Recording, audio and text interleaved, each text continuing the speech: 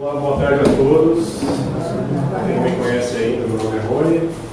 Hoje a aula vai ser sobre projeciologia e todos tenham uma boa aula. Lembrando que essa é uma aula que eu valorizo bastante a participação de vocês, principalmente, mesmo sendo uma aula assim, que vai ter bastante parte de contextualização histórica e tal, é importante a presença de vocês, passando uma experiência que vocês passaram, né, com relação ao tema. E vamos em frente. Bom, primeiro, antes de mais nada, é importante sempre ressaltar o princípio da descrença, né? Vocês não acreditarem em nada do que está sendo dito aqui, nem mesmo no que informarem aqui. Experimente, tenha suas próprias experiências pessoais. Tanto que eu vou trazer muitos questionamentos, muitos conteúdos diversos, né? Então é sempre importante levar para a experiência de vocês, né? E contestarem, né? Ver se realmente isso, como que se dá a projeção, né, para vocês, né? Nesse sentido, de uma forma em que vocês tenham comprovação por si mesmos. Né? E aqui o objetivo dessa aula é justamente apresentar os conceitos básicos sobre essa projeciologia para desenvolver uma projeção mais lúcida, né? Então, por que eu coloquei esse objetivo aqui? Né? Porque eu vejo que é uma demanda, né, de todas as pessoas que entram bastante na conscienciologia, para realmente ter essas comprovações, passar por uma projeção mais lúcida. Né?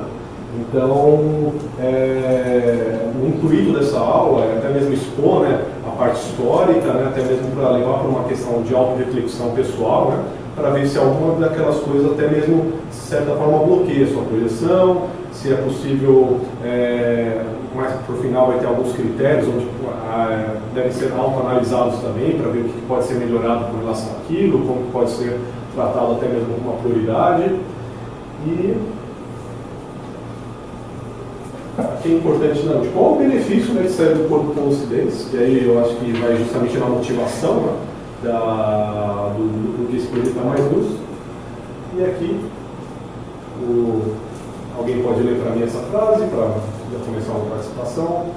Sair do corpo humano com lucidez é a mais preciosa prática fonte de esclarecimentos e informações prioritárias acerca dos mais importantes problemas da vida, elucidando-nos sobre quem somos, de onde viemos e para onde vamos. Você vê que tem alguns pontos importantes aqui, né? Ou seja, basicamente a chave é que boa parte da maioria dos filósofos se propuseram a entender, né? E dentro da projeção, boa parte dessas respostas são mais esclarecidas e evidenciadas, né, de uma forma muito mais prática, né, vivencial, né, sem somente ficar na parte reflexiva. Né. E aqui agora eu vou entrar com uma pergunta um pouco contra-intuitiva, principalmente para o pessoal que vem de primeira vez aqui, né, que o que não é projeciologia, né? Então é até mais fácil de trazer nesse contexto para depois a gente explicar a definição dela. Né. Então, o que não é projeciologia? Basicamente, o que não é projeciologia são processos em estado de vigília, restritos ao corpo biológico, de origem intrafísica, sem descoincidência vehicular, não pertinentes à consciência e, em maior parte, para consciências que não estão ressomadas. Que estão ressomadas. Né? Maior parte para consciências que estão ressomadas. Não me equivoco aqui. Mas, aqui, basicamente, através dessas informações, nós podemos constatar que a projeção ela não é um sonho, não é um sonho lúcido, ela não é um fenômeno vivenciado nos 5 sentidos, mas sim nos nossos parasentidos, né? Nos sentidos tem uma predominância mais na extrafisicalidade. E algum outro item a mais que vocês colocariam aqui do que poderia, para o público de primeira vez, não confundir com a projeção? Além desses tópicos dentro da fiscalidade, do caráter mais orgânico, biológico. Tem bastante coisa. O sonho, não é alucinação. Não é alucinação, né? Então, tudo, essa parte de alucinação, sonhos, entra mais em caráter de corpo biológico, da origem intrafísica, né? Da questão biológica, uma parte mais psíquica mental, né? Então, a partir disso, fica mais fácil nós chegarmos para definir, né, como podemos definir a projeciologia. Então, a projeciologia é um subcampo ou especialidade da ciência conscienciologia que estuda projeções da consciência para fora do corpo físico, ou seja, as ações da consciência, ego, self, personalidade humana, em dimensões não físicas, livre do restringimento do corpo biológico. E aí entra a segunda parte, né, que justamente a projeciologia, ela estuda, além dos fenômenos fora do corpo físico, também entra essa parte que investiga outros fenômenos projeciológicos, tais como a bilocação, a clarividência, experiências quase-morte, intuição, pré-cognição, retrocognição, telepatia, entre muitos outros mais. E é importante sempre trazer também a questão etiológica, né, por nós estarmos dentro de uma ciência, né, que projectio vem a parte desse prefixo aqui, né, do projectio, do latim de projectio, e a projeção, né, do grego logos vem de tratado, estudo, né, então a parte do logia vem de logos, do grego. Então, essa daí é uma principal característica, né, da projeciologia. Ela vem justamente com um viés científico, onde estudar a consciência, né, vivenciando todos esses fenômenos, tanto experiências fora do corpo, quanto extrapolações dessa parte dos nossos sentidos no extrafísico, como a clarividência, clareaudiência, né, que não necessariamente precisa ser completamente uma experiência fora do corpo. Ela pode estar no processo de semi-coincidência. Então também a projeciologia se propõe a estudar esses fenômenos aqui também. O que vocês acham dessa pergunta? Há perigo na projeção consciência? Vai que morre. O que é, Zé? Vai que morre. Eu acho que tem medo. Como enlouquece. É um medo de um perigo real ou um perigo... O que vocês acham sobre essa questão? A projeciologia, não sei se onde a Oswaldo deixa, existe uma possibilidade, né? Não fecha a coisa assim, não. Existe uma coisa assim, existe uma possibilidade de uma posição assim, de personal. Mas é um perigo muito pequeno, talvez. E não é possibilidade. É uma possibilidade. Como é uma possibilidade, você está andando na rua também. Esse é um questionamento que eu achei bem interessante trazer, né? Porque boa parte dos nossos medos que nós temos com relação aqui, a parte de tanatofobia, essa parte até mesmo de ficar preso em uma outra dimensão, outra coisa que eu já ouvi falar também, que é possível cortar o cordão de prata e você não volta mais para o seu corpo, né? Então tem vários mitos dentro, assim, até mesmo de outras filosofias, outras áreas do conhecimento, que acabam, de certa forma, limitando, né, a experiência dos usuários em função dessas instalações de crenças limitantes. Então, ao meu ver, eu penso que boa parte dos perigos são criados pela própria mentalidade da pessoa, ou seja, a pessoa mesmo se auto-boicota, ela mesma produz seus próprios bloqueios, né, cria seus próprios perigos, né. Então, quanto mais lúcida a consciência está, né, mais ela vai lidar isso com uma certa anti-emocionalidade, né, mais discernimento, né, mais ponderação, e até mesmo vai ficar menos suscetível, né, a sofrer consequências assim, de ataques de assediadores, né. Então lida isso com uma certa naturalidade do processo. Então, pode falar, Rogério. É importante falar, né, que nós não temos relatos de pessoas que adessomaram a projetando. Sim, isso é um dado super importante também, né? Será, né? Estranho, né? Então, você vê que muito dos nossos medos, tanto no intrafísico quanto no extrafísico, né, é muito mais criado por nós mesmos, né? Obviamente, de fato, eles acontecerem. Então, essa investigação constante, né, da vivência, esse convite, né, que a projeciologia oferece para todas as pessoas que se propõem a ler o livro, aplicar as próprias técnicas, acaba sendo um processo de desmistificação, né, e até mesmo de várias comprovações, assim, uma atrás da outra, que podendo ter uma extrapolação muito maior do que é aqui no intrafísico. E aí, uma segunda pergunta, né, desde quando existe fenômeno projetivo, né? Eu acho que a gente acabou de passar pela aula da Adriana, né, mas em si, desde o início da humanidade, né? Desde que a consciência, o ser humano ali, existente, né, que possui um holossoma, né? A partir do momento que as consciências adquiriram esse holossoma, né, o soma, aerossoma, psicossoma e mentalsoma, eles já tinham essa possibilidade de fazer, de realizar a projeção.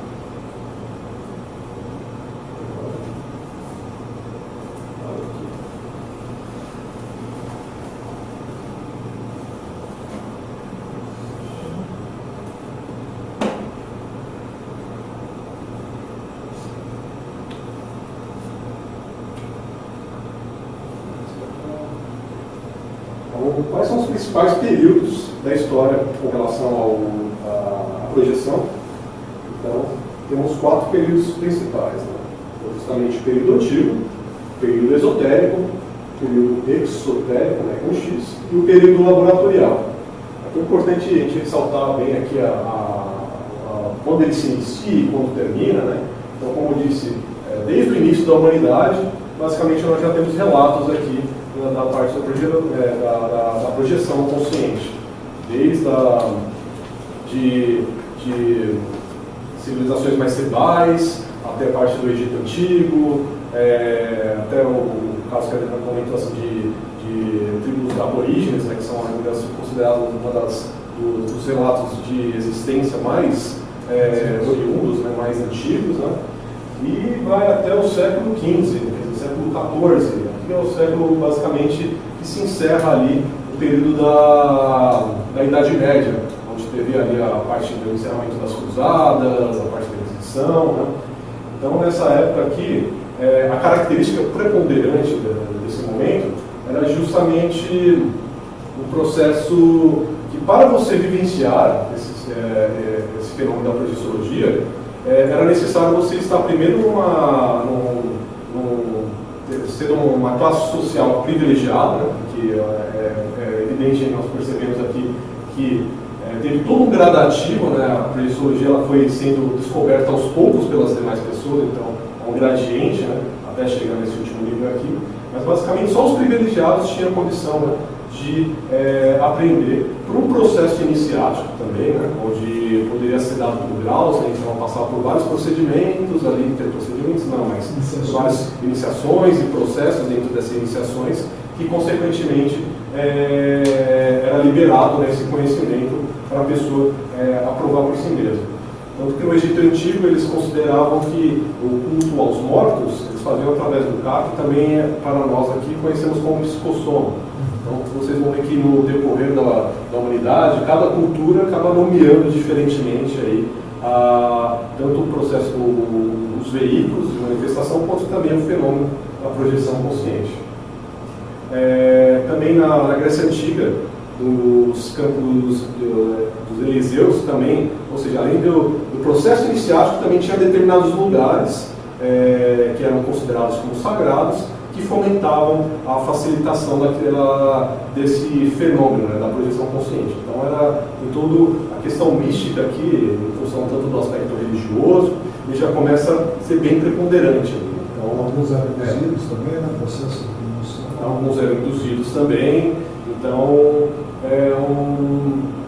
essa época aqui era muito pouco conhecida nesse fenômeno, somente pessoas que eram privilegiadas, que tinham um certo grau de reconhecimento na sociedade, que poderiam lidar com esses conhecimentos aqui da projeção, principalmente pelo fato de serem poucas pessoas alfabetizadas naquela época. A maioria era predominantemente ou por escravos, principalmente no Egito Antigo, na Grécia também, né? E apenas quando entra na parte da Grécia ali, um grupo seleto de pessoas ali também que tinham acesso à filosofia.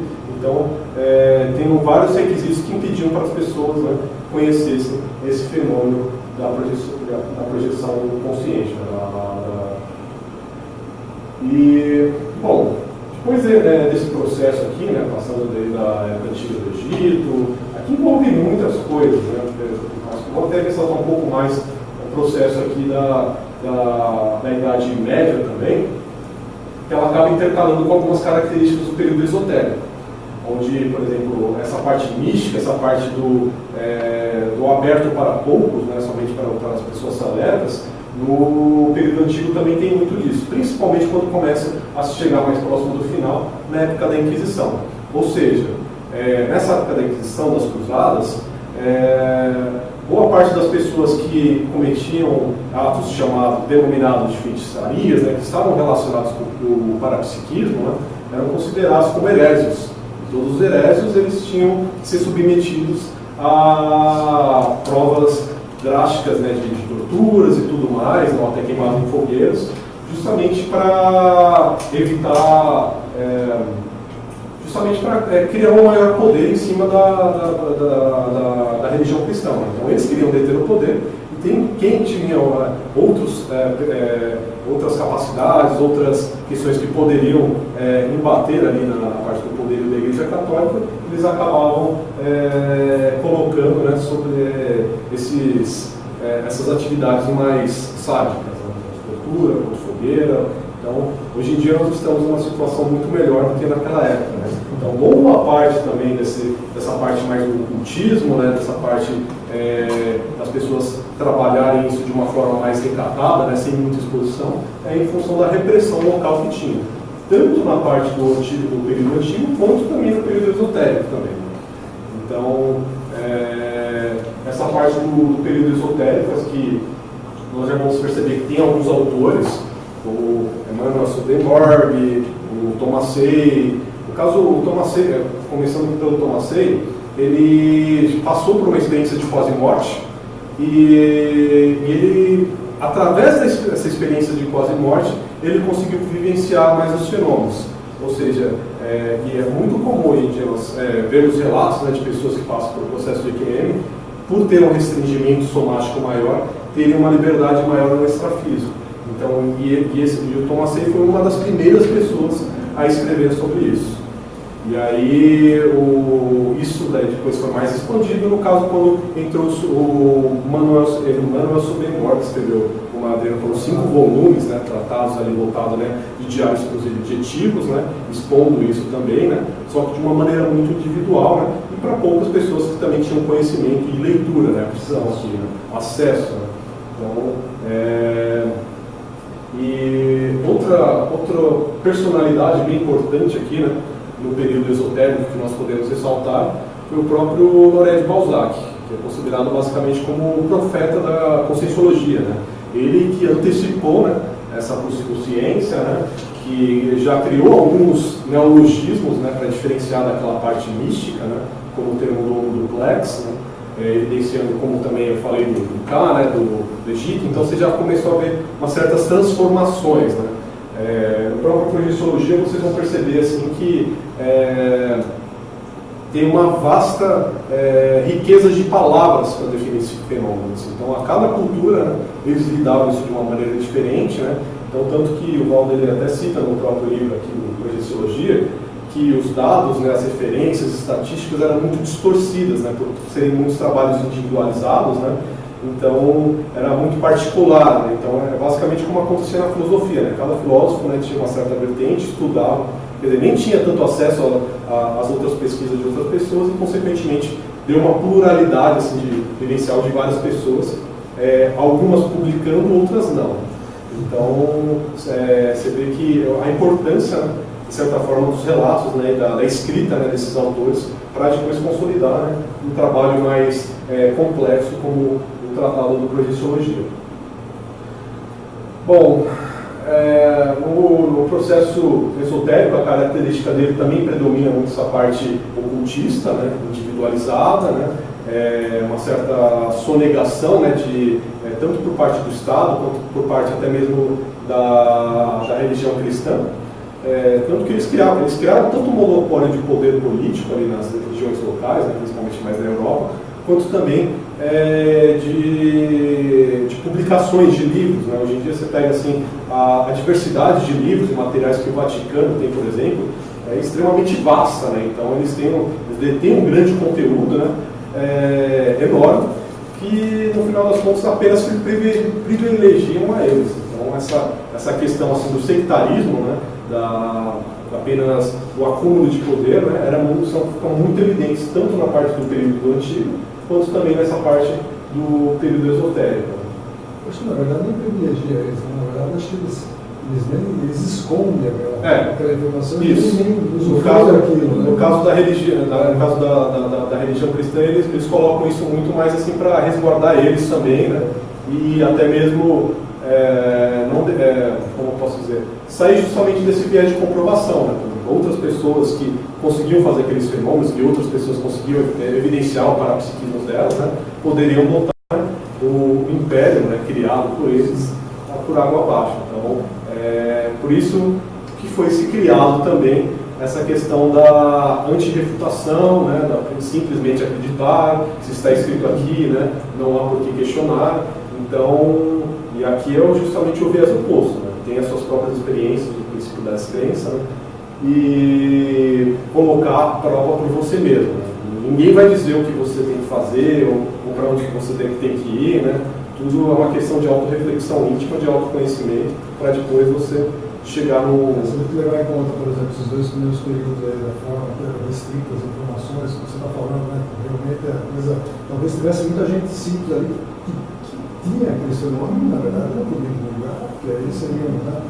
Vamos dizer, em relação a hoje, principalmente, porque hoje a gente ressoma aqui já com um restringimento, que é um restringimento até para não causar, vamos dizer assim, um baque aí para a consciência que não chega, ter remuneração do passado, tudo mais. Você vê que, de alguma forma, continua essa, não é repressão, mas é uma coisa assim, que a gente tem que ralar muito para chegar nisso, para acessar essa informação. Né? Sim. Porque realmente, fora a repressão, ainda tem essa questão do restringimento agora. E quantos períodos mais ainda a gente vai ter ainda para ter essa coisa mais, assim, mais difundida, né? Mais difundida, falada. fisiológica e mais natural, né? Sim. Sem um certo misticismo. E que a parte mística ainda é muito preponderante, né? Mesmo a gente já estando na época atual, né? Chegando aqui no período laboratorial, se você pegar isso de uma questão mais de porcentagem assim, de escala, né? As pessoas lidam isso mais com uma forma mística, principalmente aqui no Brasil, né? Você vê que quando você vai conversar com eles sobre esse conteúdo de parapsiquismo e tal, é normal elas levarem como uma tendência, é que o Padre Quevedo faz lá, ou alguma coisa lá, acaba levando às vezes até um pouco mais para o show do parapsiquismo, né, do que nós acabamos trabalhando aqui dentro da Conscienciologia, que é o processo voltado para a interassencialidade, uma forma pautada na cosmoética. Né, tem muitas questões aí para serem analisadas. Entrando aqui no terceiro período, o período exotérico, ou seja, exo vem de externo, né? Então é a forma que começou a ficar mais disseminado, né? Começou maior número de produção de livros. Aqui você pode ver que tem marcos aí de pelo menos umas 5, 6 pessoas assim, que são citadas assim, nesse período. Áreas que realmente acabaram tendo um enfoque maior, principalmente na construção da Conscienciologia, é a metapsíquica, que foi criada pelo Charles Richer, e mais um outro teórico, e justamente dessa distinção, né, de quais eram os fenômenos subjetivos, né, e quais eram os fenômenos mais concretos, objetivos, né, quais eram pertinentes aos 5 sentidos e quais estavam além dos 5 sentidos. Então, aqui nesse período nós chamamos que é um período de pré-ciência, né, que começa a sair daquelas ciências naturais, nesses processos um pouco mais místicos, e entrando um pouco mais para o processo científico, sistematizado, né. E além da base da metapsíquica, a metapsíquica ela deu base depois para a construção da parapsicologia. Hoje em dia, quer dizer, acho que até ontem eu acabei pegando no Projeciologia, e a parapsicologia hoje ela já é considerada como ciência por muitas cientistas, assim, até mesmo com pesquisas assim, numa revista chamada lá American Scientific.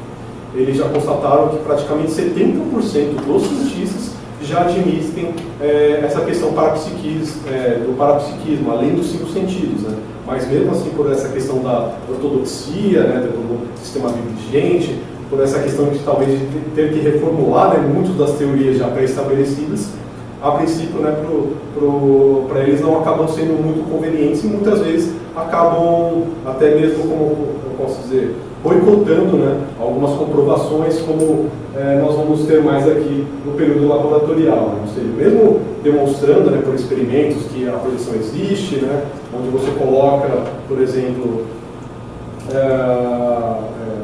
tem até casos, por exemplo, onde você deixa nesses hospitais onde é muito comum a questão da EQM, né? Eles já conseguem definir um alvo projetivo, por exemplo, eles colocam em cima do hospital, colocam uma determinada numeração e as pessoas que se projetam até lá conseguem visualizar esse número, cerca de 7 dígitos, né, e conseguem relatar fielmente esses 7 dígitos, mas mesmo assim, por essa comprovação, para eles falar, não, isso deve ter alguma coisa aí, né? Então sempre tem um desacreditar, né? Por mais que a evidência esteja ali, né? Então, hoje aqui na Conscienciologia nós já se baseamos, por mais que você tenha esse ceticismo, né, é importante você se colocar à prova, né? Aí que está a questão, né? Você não simplesmente você acreditar nessa evidência que determinado pesquisador chegou, mas sim ir além também, e um convite para você mesmo fazer sua própria auto-pesquisa, vivenciar os próprios fenômenos, aplicar as próprias técnicas aqui. E além também da psicologia, da parapsicologia, que também se propõe a estudar mais os estados alterados de consciência, né, e os fenômenos além da questão psíquica, tem a questão da psicologia transpessoal também. É uma vertente que é mais focada ainda para a parte dos estados alterados de consciência. Um dos criadores foi o próprio Ken Wilber, que a gente estava conversando outro dia, né? Ele contribuiu bastante, mas só que daí depois ele acabou saindo, né, da psicologia transpessoal em função de ainda ter um caráter muito místico e uma ênfase muito grande somente a essa parte dos estados alterados, mas não visto de um aspecto global. Hoje em dia ele já criou até a psicologia integral.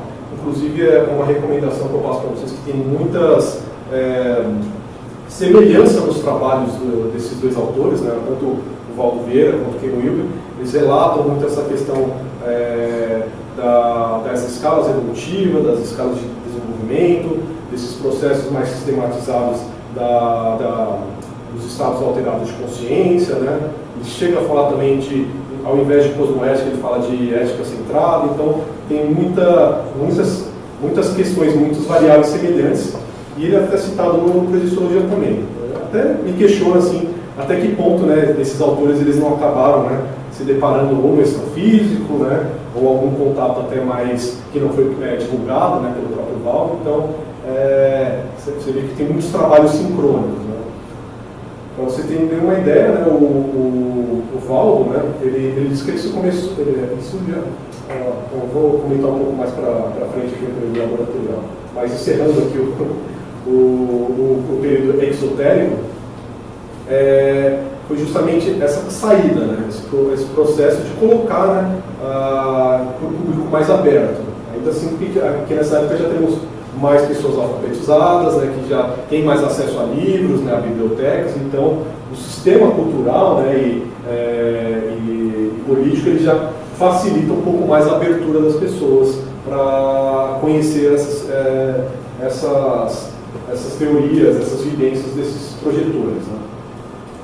E aqui, entrando no período laboratorial, ele já teve uma conotação mais de sair do aspecto individualizado, né, onde cada projetor tinha a sua experiência particular e a propriamente a escrita só sobre a sua própria experiência, né. E aqui já foi um método muito mais sistematizado, mesmo porque aqui nós já temos muitos mais recursos, instrumentos, ferramentas disponíveis, né, para testar, como o eletrocefalograma, temos a questão também de parte de medição de clima, medição de itens gerais, né, que podem ou não influenciar, né, na projeção. Um dos grandes expoentes aqui desse período no Projeciologia é o Charles Theodore, né, que ele faz um experimento até com uma projetora chamada Miss Z, e onde ela, por já ter uma certa capacidade, uma certa desenvoltura, ele plugou vários eletrodos nela, fez vários experimentos com ela, justamente para tentar identificar quais fatores, né, que determinam uma projeção consciente, né. E aí ele também fazia nesse mesmo, um tanto semelhante àquele processo dos hospitais de EQM, onde eles colocavam o número ali na parte do telhado, ele colocava a numeração num lugar não acessível, e a projetora tinha que fazer sair de psicossoma, né, e depois visualizar qual era a numeração que ele tinha colocado lá, né. Então ficou um método muito mais sistematizado, né, já começou a utilizar certos neologismos. Ainda tinha muita essa limitação por essa questão da intrafisicalidade, né, porque nem tudo que você vivencia, né, numa projeção é possível ser mensurado pelas ferramentas que nós temos hoje em dia. Né? Então, tem uma certa escassez de recursos, né, para a gente até mesmo metrificar, né, a magnitude ali, né, de tudo isso que é vivenciado. Né? Então, é uma questão bem ousada e complexa, né, que o Charles, nessa época aí, né, de 1966, que ele acabou se propondo, inclusive a publicação de livros também, a respeito dessas pesquisas mais enfáticas. Lembrando que nessa época aqui, ó, de 1966, foi a época que o Waldo ele já começou a assumir uma posição integral do estudo da projeciologia. Então, antigamente, ele é interessante depois avaliar no projeciologia, eu posso pegar até a numeração aqui da página aqui, ele pega a cronologia completa, né, tipo, datada, né, de qual foi o ano que ele criou a técnica do estado vibracional, que ele publicou, e nessa época aqui ele canalizou todos os esforços daqui até 1986, que foi a publicação do projeciologia. Então, basicamente, ele levou 20 anos ali, né, de um trabalho árduo, intenso, para a escrita do projeciologia, levando ainda mais em consideração que ele já é projetor ali, né, desde os 9 anos de idade. Então, é muita experiência, muita bagagem ali, né, e antes de publicar, no caso, o projeciologia, o primeiro marco histórico ali da projeciologia, né, pelo Waldo Vieira, foi o próprio livro As Projeções da Consciência, que foi ali no período de 1981, ali, pelo menos pela referência que eu peguei, e aí depois dando um aprofundamento maior e a criação do projeciologia. E depois, depois que teve a publicação desse livro do Tratado da Projeciologia, ele foi lançado primeiro, né, antes da Conscienciologia, justamente por essa questão também, pela percepção dele cultural, né, onde que as pessoas já estavam demonstrando um certo interesse, ele já viu que outros pesquisadores já estavam fazendo publicação sobre o assunto, né, tanto que nessa época, quando ele publicou o livro da Projeções da Consciência, ele definia como um subcampo da parapsicologia, não da conscienciologia, nesse primeiro livro. Justamente porque não tinha, né? Como é que a pessoa ia saber que é subcampo da conscienciologia se nem sabe o que é conscienciologia, né? Não tinha nada escrito naquela época. Então ele tinha colocado como referência da parapsicologia, ainda mais por já ter sido categorizado como uma própria ciência e admitida por vários cientistas. Então foi uma porta de abertura que ele viu ali, né, na criação da projeciologia. Por enquanto, até aqui é uma dúvida. Tá? E aí é muito interessante avaliar a diferença, né, desses dois livros, né, tanto da projeção da consciência quanto do tratado de projeciologia. Um voltado muito mais para um diário projetivo, né, relatando todas as vivências e até mesmo fornecendo recursos depois para pessoas iniciantes fazerem uma certa comparação, né, com a vivência delas, né, e mesclando com projeciologia. Lembrando que o projeciologia, eu acho que a última publicação foi, a quarta edição foi em 2010. Ele tem, só para vocês terem uma ideia, 2.500 referências bibliográficas, fora, isso é as publicadas, né? Fora as que também não colocou aqui, né? Talvez. Então é um material muito denso, extenso, né? Com muitas técnicas, com muitas desmembramentos, né? Muitos processos parapsíquicos, né? Então normalmente a pessoa que entra em contato com a primeira vez nesse livro acaba se impressionando, né, pela complexidade, né, e pela assiduidade, né, do autor em acabar escrevendo, né, tanto material sobre isso. Sendo que, como comentei, né, nessas épocas antigas, até mesmo nessa parte do esotérico, antigo, exotérico, essa parte estatística ainda era muito pouco concreta, né? Ainda mais, por exemplo, tanto na parte de estatísticas quanto nessa parte de termos, né? Porque cada um usava um termo diferente, né? Então daí ele tinha que fazer a tradução daquele termo para o entendimento dele. Então essa foi basicamente, ele acabou separando a agulha no palheiro, né? Que é uma coisa assim muito incrível de se pensar como que deve ter sido. Por isso que esse deck foi um tratado muito mais demorado, né, cerca de 20 anos, comparando depois com os próximos tratados, os 700 experimentos. Eu sei que ele surgiu ali num curto bem mais reduzido se comparado com a Processologia. E lembrando que hoje nós temos, só para vocês terem uma ideia, nós temos 100 séculos de civilização humana. Temos 20 séculos, basicamente, do período religioso, de religiões constatadas. E apenas 4 anos de ciência. E de conscienciologia, então, temos menos tempo ainda. Mas perto agora o contraste, perto da evolução que a conscienciologia teve, né, das inúmeras especialidades criadas até o momento, foi uma evolução muito rápida frente às outras vertentes do conhecimento, né? O Ronaldo tinha comentado que, acho que hoje em dia nós já temos uma aula que já tem cerca de 500 especialidades diferentes, né? 530 e poucos especialidades, sendo que no Processologia começou com aquela tabela, né, mais simplificada, onde que eram somente, acho que 70 especialidades, né? 70 especialidades, 70 para 500, né, nesse curto espaço de tempo, muito em função do quê? O Walden foi o primeiro precursor ali, né, o criador da Conscienciologia, mas só que existem muitos outros pesquisadores escrevendo várias coisas, se aprofundando em determinadas especialidades, sendo criadas inúmeras outras ICs, né, cada um com enfoque. No caso de enfoque da projeção, destinada mais pelo IPC, que é a instituição mais antiga, né? Então, cada IC, basicamente, ela vai tomando um foco, né, uma especialidade de estudo, né? E cabe a vocês, né, pesquisadores aqui, né, acabar escolhendo, né, dentro dessas várias opções.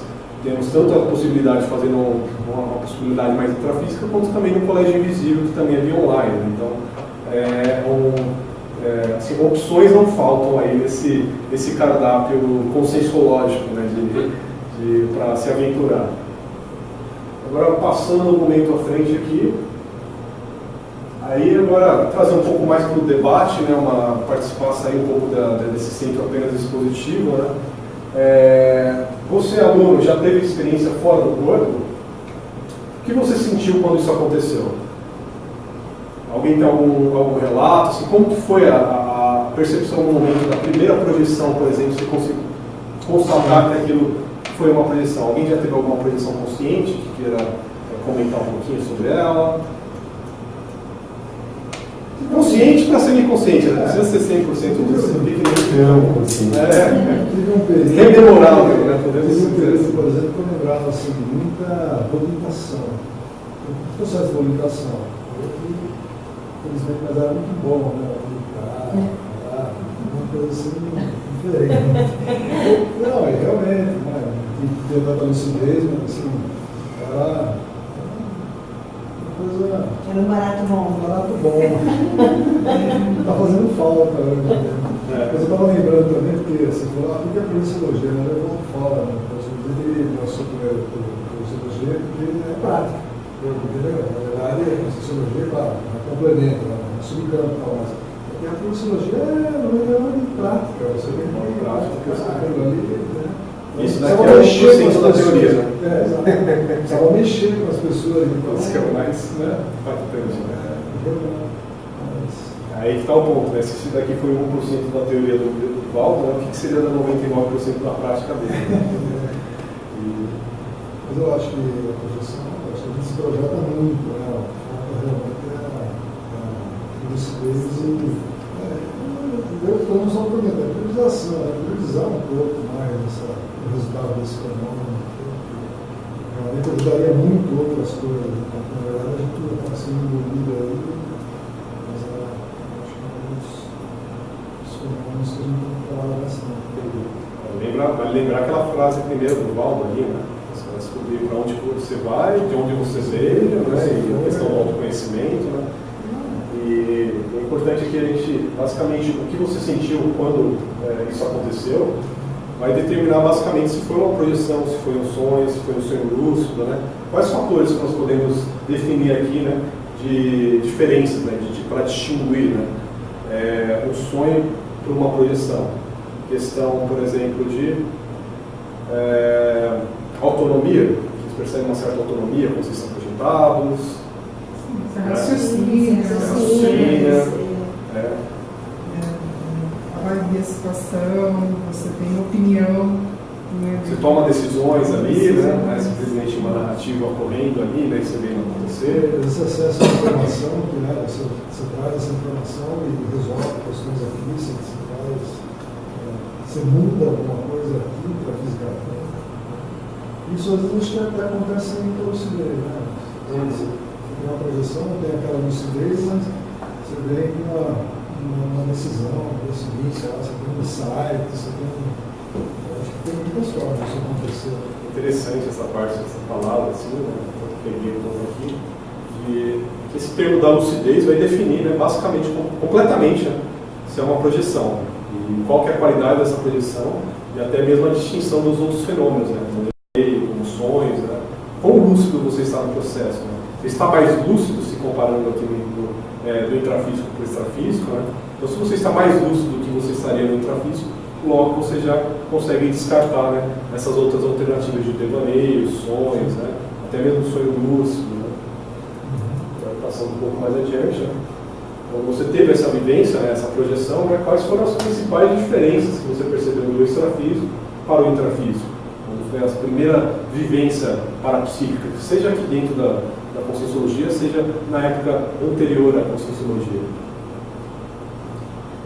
A principal diferença para mim foi depois de Avalokita. Se olha como Avalokita, realmente essa é a mais gritante, forte. Justamente o sonho de toda criança, né? Querer voar, né? Então, né, a partir do momento que você tem aquela experiência. Algum outro, Janete? Diferenças? E o índio de emanações positivas? Não, mas assim, as vivências que você teve no extrafísico, por exemplo, qual a comparação que você consegue fazer no intrafísico? Se um ambiente, por exemplo, como é que é o ambiente do intrafísico para o extrafísico? Ele depende de luz solar, por exemplo? Você acha que é extrafísico? Não. A iluminação é diferente? É mais rápido, é mais devagar? Varia muito? Você traz a multidimensionalidade, essa questão assim, de qualquer para-percepção de campo, o que você percebe, assim, trazendo mais para o aspecto concreto ali também da... Mas eu estou tentando na minha aula, né? Eu tenho um pouco de noção. Você botou na multidimensionalidade, realmente, assim, está interagindo. Às vezes é coisa que, né, são ideias que não vêm somente do seu cérebro, né? Pode vir extra, né? Alguma coisa assim, de amparador, né? Então, basicamente tem uma extrapolação, uma ampliação de vários quesitos que acontecem na intrafisicalidade. Né? Os nossos 5 sentidos, eles extrapolam de uma maneira que às vezes é até difícil, né, de interpretá-los, né? Por essa questão, né, de simplesmente a gente tentar entender ou fazer alguma comparação, né? Então, quantas vivências e relatos, principalmente no Projeções da Consciência, né? Coisas que plantas ou animais, né, seres que não existem aqui no intrafísico, e como que se decodifica, né, uma outra consciência. Já vi relatos de projetores de consciências mais avançadas, que tinham 3 coronochakras na projeção deles. Então, tudo para levar para o questionamento, mas pode ser possível, pode ser tomado como uma hipótese também. Né? Não necessariamente precisa ter uma característica humanoide. Já vimos relatos do professor Baldo que também tem outras consciências ali, né, de padrões diferentes. Logo, também pode ter um holochakra diferente do nosso. E aí, então, é como se nós nos comunicamos com eles, né, com seres tão diferentes. Se entre nós mesmos aqui, né, já tem um certo conflito, às vezes, na comunicação, né, imagine, né, talvez por isso, esses sejam os motivos por a gente não ter um acesso com tanta facilidade a eles assim também, né, por esse diferencial de padrões, né, de uma consciência para a outra. E aí, para a próxima pergunta, quem pode se projetar? Eu acho que essa pergunta aqui já ficou bem evidente, né? Tanto na minha aula quanto da Adriana, acho que fica bem evidente isso, né? Quem pode se projetar? Basicamente todo mundo, né? Desde o início da civilização. Mas aí está um questionamento, né? Se todos saímos do corpo, por que a maioria ainda não sabe disso? E por que pode ser considerado um estudo recente? Essa sendo que desde o começo da civilização já é possível ter relatos sobre isso. Porque não tem lucidez? Esse é um dos grandes fatores, né? Falta de lucidez, Rememoração. Restringimento também. restringimento, Condicionamento. Falta de cosmética, né? falta de cosmética. Tanto do ponto de vista de quem se projeta, também de quem quer sufocar isso e não deixar aparecer que existe isso. Né? Sim. Ou seja, a disputa por poder. Disputa pelo poder, você vê que fica bem evidente, principalmente nos marcos ali, os períodos da projeciologia. Né? Quanto o poder, né, acabava influenciando a relação, né, que as pessoas tinham com esses fenômenos do parapsiquismo. Né? De banalização também, né? Porque, não sei, Banalização. funcionava assim comigo, porque antigamente se chegasse alguém que estivesse no grupo da pessoa, começasse a relatar aí as projeções, as coisas assim, a primeira coisa que vem na cabeça é assim, esse cara tá foda, né? Porque eu não tenho experiência, eu vou analisando do outro, né? E analisando do outro, de repente. Justamente por ter levado pela larga escala da população a acreditar que isso é mais um fator místico, né, que existe, que a pessoa está alucinando. Você vê que, por mais que já tenha sido disseminado, né, a parapsicologia já é considerada como ciência no meio científico lá dos Estados Unidos, né? A conscienciologia nós consideramos como ciência, mas ainda assim, certo público ainda, dependendo de como vê as ideias, pode ter um certo questionamento, né, sobre isso. Então, ainda estamos engatinhando, né, perto mas só que aí que está, né, estamos engatinhando rápido, né, por causa que Hoje sim. perto da dimensão e as especialidades diferentes que nós temos e perto do início da conscienciologia, está sendo muito rápido. Mesmo porque a conscienciologia é sempre pautada em verpons, né? Então ela está sempre se atualizando e revendo esses conceitos. Né? Por mais que muitas pessoas às vezes tentam acreditar, né, que já foi pré-estabelecido. E aí agora uma pergunta aqui, né? Qual aprendizado nós podemos adquirir com os erros e acertos desses períodos, a fim de ter uma projeção mais lúcida? Aqui foi algumas auto-reflexões que eu tive no processo, né? Pode ler aqui para mim, Ronaldo? Hoje não temos mais o que temer para vivenciar esses fenômenos.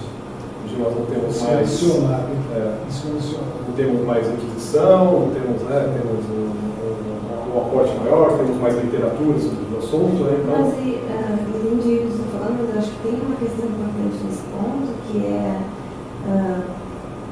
quando tu tem um público que talvez esteja acessando isso no primeiro momento e ainda questiona sobre a conscienciologia, acho que o meio que ele está inserido, né, ou os possíveis ganhos que ele tem mantendo um determinado padrão, pode fazer com que ele tema, assim, as vivências de fenômenos selecionados. sim, sim. Isso daí é um aprendizado depois de avaliar toda essa história, né, e tudo mais, né? Supondo que você estivesse na conscienciologia, né, passando por esse processo e olhando para o passado. Né? Essa parte do hoje não temos mais o que temer, no sentido que boa parte do que nós tememos, dos nossos medos, é muito mais uma questão ideológica, né, de crenças, né, do que propriamente algo concreto ali que pode acontecer. Antigamente tinha ainda o quesito da Inquisição, de ser um negócio mais fechado, né, então, mas hoje, por você ter uma liberdade maior, até mesmo já tem os pré-requisitos de leitura, de acesso a livros, de internet principalmente, né? Então está muito mais facilitado se comparar lá com o antigo período, né? E o tempo esotérico também. Aí, próxima frase aqui, Rui, pode ler? O holopensene da época e local vai definir a relação com os parafenômenos. Então, isso para mim, né, quando eu estava estudando, né, principalmente até considerando um pouco da minha aula de paradigmas, que a relação que nós vamos estabelecer com os parafenômenos ela está intrinsecamente ligada ali com o período da época. Ali, né? Então, ela pode ver isso de uma forma mais patológica, né, ou até mesmo uma forma meio temerosa, né, ou pode ser o parafenômeno também pode ser uma forma mais sadia de libertação, né, da consciência, né. Então você vê que essa interpretação, né, da cultura, né, acaba gerando sobre o indivíduo é muito forte, né. Então esse é um aspecto que acaba influenciando drasticamente, né, o holopensene, né, a cultura local ali da época, da região, né, de como aquilo é lidado por um grupo maior de pessoas. Né. Você imagina nessa época, mesmo com o OpenSea, assim, você pega lá na época antiga, na época esotérica, na época exotérica, 90% ali 99% da população poderia ser antagônica aos parafenômenos, mas ainda assim esses escritores, né, esses projetores, eles se propuseram, né, a investigar isso de uma maneira, né, mais sadia, né, mais libertadora. Né? Então, e aí, basicamente, ele vai entrar muito nesse último fator aqui. Né? E alguém pode ler essa terceira questão aqui? Cada marco foi e ainda é necessário para o desenvolvimento da conscienciologia no presente. Essa questão aqui foi justamente que, por ela retrata muito a questão da Vercom. Né? Cada nova descoberta, a cada marco do passado, né, tudo isso vai acabar influenciando a criação de novos Vercoms. Né? Então, cabe também nós pesquisadores, né, estarmos abertos, né, para captar esses novos Vercoms, né, questionar, né, muito que já foi escrito, né, até o mesmo Valdo falava, não, eu quero que vocês me questionem mesmo, né, eu quero que vocês não acreditem em mim, né, eu quero que vocês tenham suas próprias experiências, né, porque a ciência ela se fundamenta basicamente em cima disso. Né. Até mesmo você vê que dentro da ciência tem essas ortodoxias, né, de só porque Isaac Newton falou, logo, né, aquilo é verdade. Então, aqui dentro nós trabalhamos muito esse processo da refutação, da antidogmatização das coisas. E aí o último tópico aqui. A materialização da nossa manifestação nessa persona vai refletir o futuro do cosmos, no futuro do cosmos. E aí essa questão aqui é justamente a priorização que muitas vezes nós devemos ter, né, com relação à escrita, né, que nós vivenciamos, né, porque basicamente o Valdo ele construiu isso, né, muito em função dos trabalhos de outras pessoas também. Você viu que cerca de 2.500 referências bibliográficas para ele criar um material como esse, né. Então esse processo de compartilhamento, né, de informações, né, de passar nossas experiências adiante, podem ser muito ricas ali para o futuro também. Né. Então, e até acaba sendo como uma senha no futuro, né? Então, você tem acesso naquele material. O próprio Valdo ele colocou no Lexo de Ortopensadas, né? Ele até destinou, né, aquele livro, né, para a próxima ressoma dele, para ser uma forma dele ter uma retrocognição por completo. E aí, passar um pouco mais rápido aqui. Como eu posso ter uma projeção mais lúcida e constante, aí eu coloquei uns fatores aqui para cada um levar para a sua auto-reflexão pessoal, né? Com relação à projeção, né? Como está a sua vontade em relação ao fenômeno da projeção, sua intencionalidade, sua priorização, sua homeostase alossomática, a auto-organização, persistência, determinação, a preparação do seu ambiente, quanto você está registrando, né? Isso aí, achei muito bem colocado na aula da Adriana, ali, a parte do registro, né, já incentivar o aluno a parte do registro, a autoconfiança e a cientificidade, né, do processo, né, a desmistificação. Então, só para confirmar o horário, já... Estamos com 53. 53, tá. Então, a gente acelerar um pouco. Então, é isso, né, que eu tenho para passar para vocês. Agora nós vamos para a parte energética. Aqui eu coloquei mais uma questão.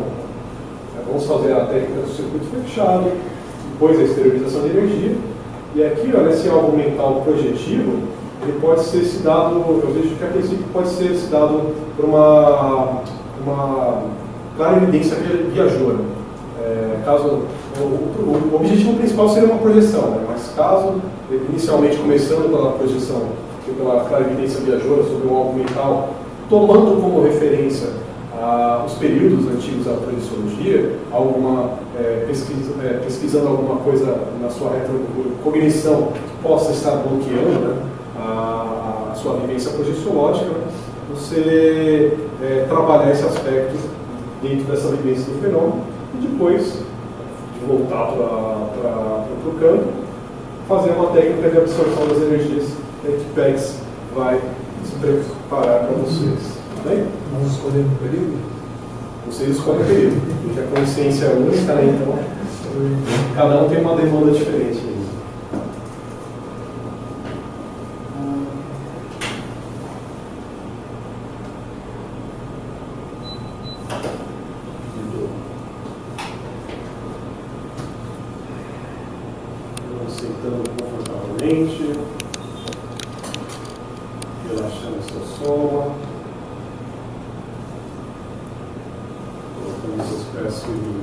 chão, relaxando os ombros, braços, e tomando algumas respirações mais profundas.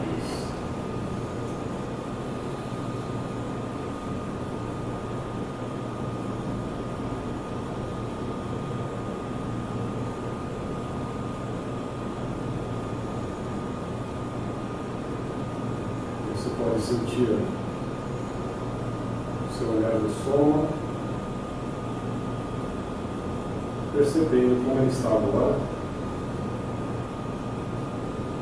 lentamente, está movendo as energias do seu olhar do soma até o topo da cabeça.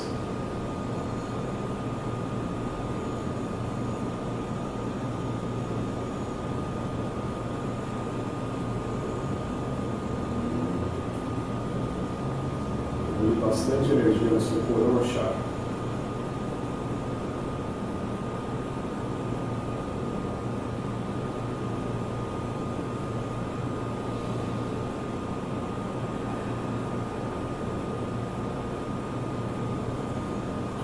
Aos poucos, movimente essa energia no seu molo chakra e vá passando a energia cada um desses chakras.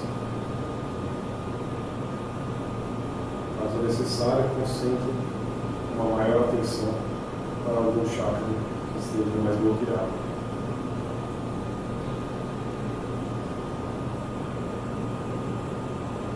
Convide então essas energias até os seus plantas chakras, lentamente.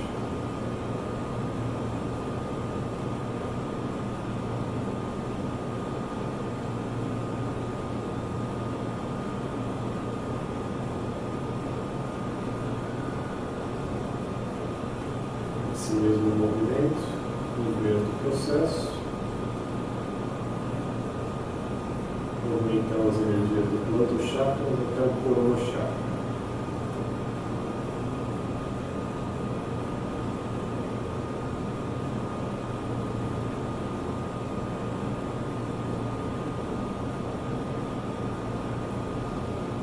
Nesse momento, repita mais uma vez o processo. Continue seguindo a mesma dinâmica.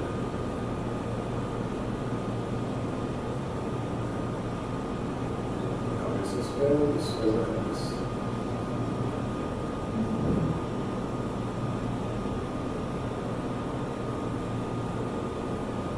Acelerando a velocidade.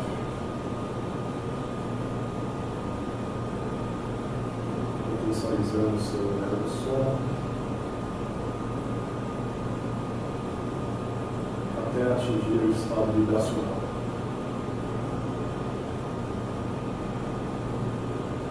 Utilize somente sua atenção, seu foco e sua vontade. Potencialize seu estado vibracional.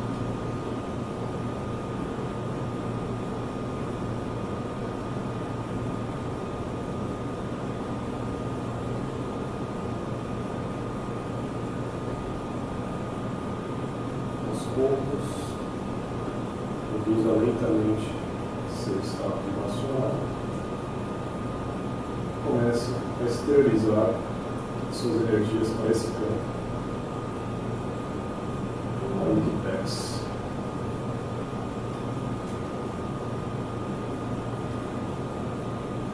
Exteriorize por todo o seu olhar do som, todos os lados.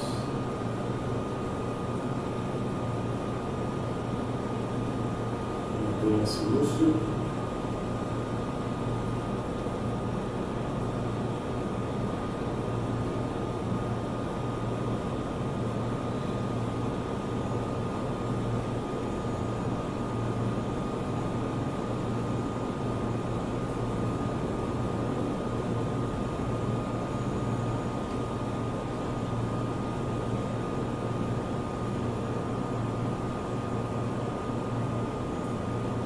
E agora,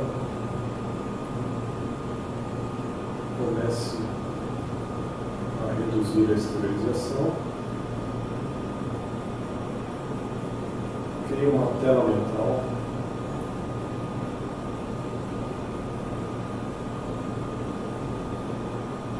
E vai criando uma imagem. Uma imagem do seu foco projetivo.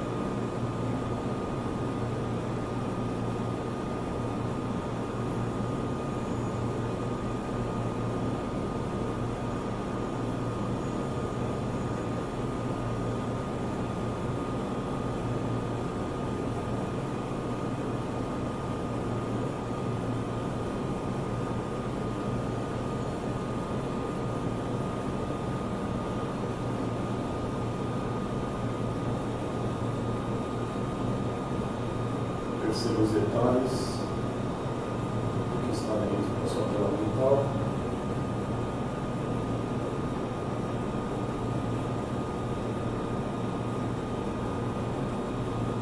Busque atingir esse alvo.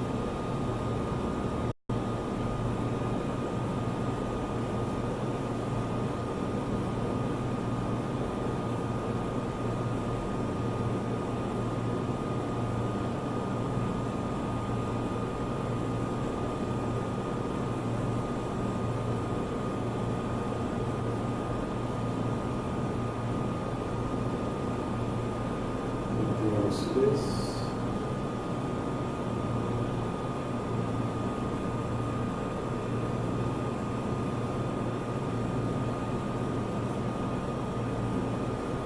Busque aprender com essa experiência.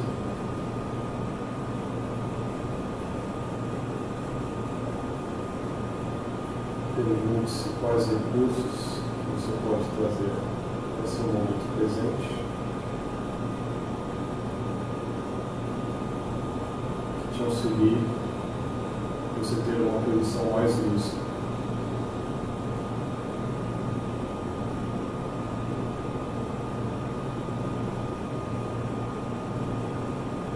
Dê uma atenção maior ao seu psicossono, ao seu mental sono.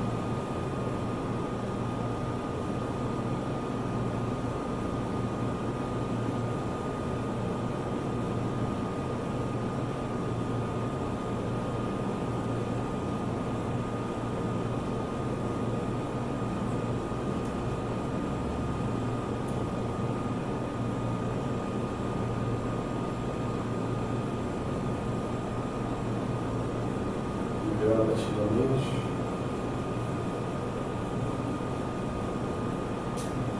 comece a retomar a sua consciência, desfazendo a tela mental e começando a absorver as energias desse campo, trazendo você para o momento presente. Registre mentalmente todas essas parapercepções, esses insights.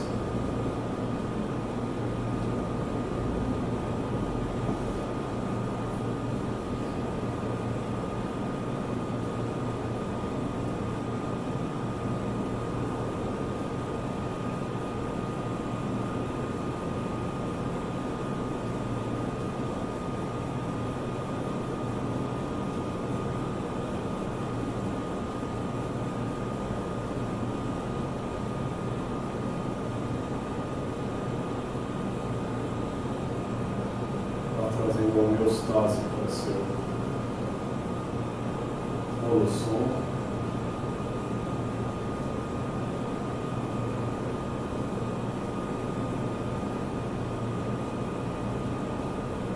Começando a perceber o seu sono. Tomando algumas respirações mais profundas.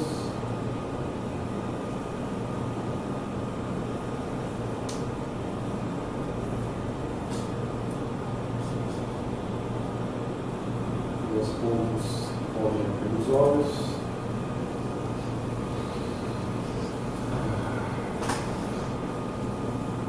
E retomando para o estado presente.